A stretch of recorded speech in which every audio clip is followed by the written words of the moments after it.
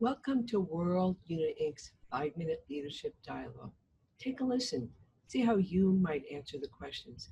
You might discover you have the mind and heart of a leader.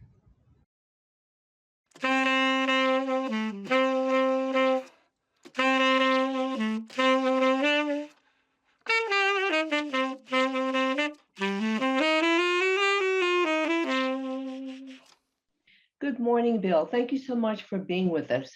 Bill, in life, fear of failure and the word no stops a lot of people from pursuing their goals and their dreams.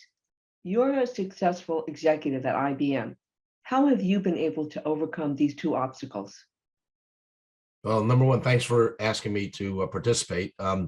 So I absolutely have a fear of failing, and I believe most people do. So it's not tied to the word no, but rather to the desire to succeed.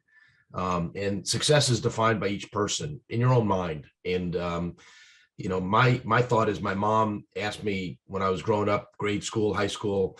I was doing my homework, and she said, "Are you done? How's it going?" And I said, "Yeah, I'm done. It's good enough."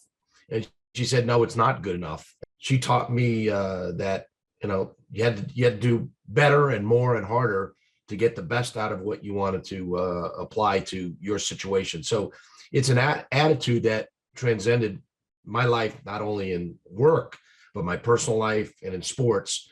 And I hate to lose. I'm a competitive sports person, lacrosse and soccer and wrestling. The bottom line is, it comes down to your competitive nature, and that's what keeps me going personally. Bill, we live in a capitalistic society. Money is an essential part of our daily lives. From your perspective, what's a healthy way to view it and manage it? I view money as a necessity, but having as much as the guy next door doesn't necessarily make you happier or more important in life. Sharing your money with other people, charities and other things like that, helping other people out, certainly doing acts of kindness are important.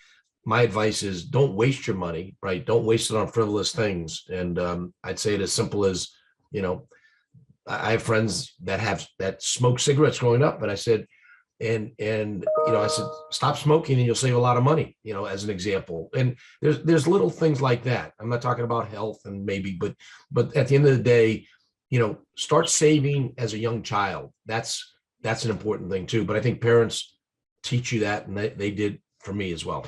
And lastly, Bill, all human beings have what's called unconscious biases.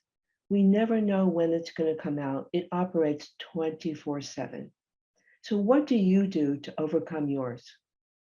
Well, I was going to tell you that I call an 800 number and then I speak to somebody on the phone, but for as funny as that might be, it's kind of the truth. And the reason I say it's the truth is because I believe all of us have some level of unconscious bias. And whether it be you don't like somebody's skin color or their accent, or if they're tall or short or fat or skinny, everybody's got it. There's somebody you don't like for one reason or another. When you first meet somebody, you might have that image. So when I said about the 800 number, what I really meant is, to overcome it, I learn. I try to learn what's under the covers, but I do that by talking to friends, family, this conversation here, an open dialogue, an open forum, because we shouldn't feel threatened to have this conversation.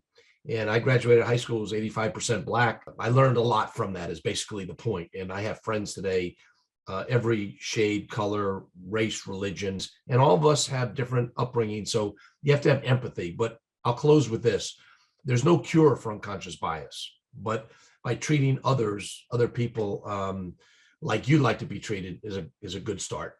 Thank you so much, Bill, for your time, your wisdom, and we wish you continued success in all of your endeavors. Thank you so much, Sarah. I appreciate it.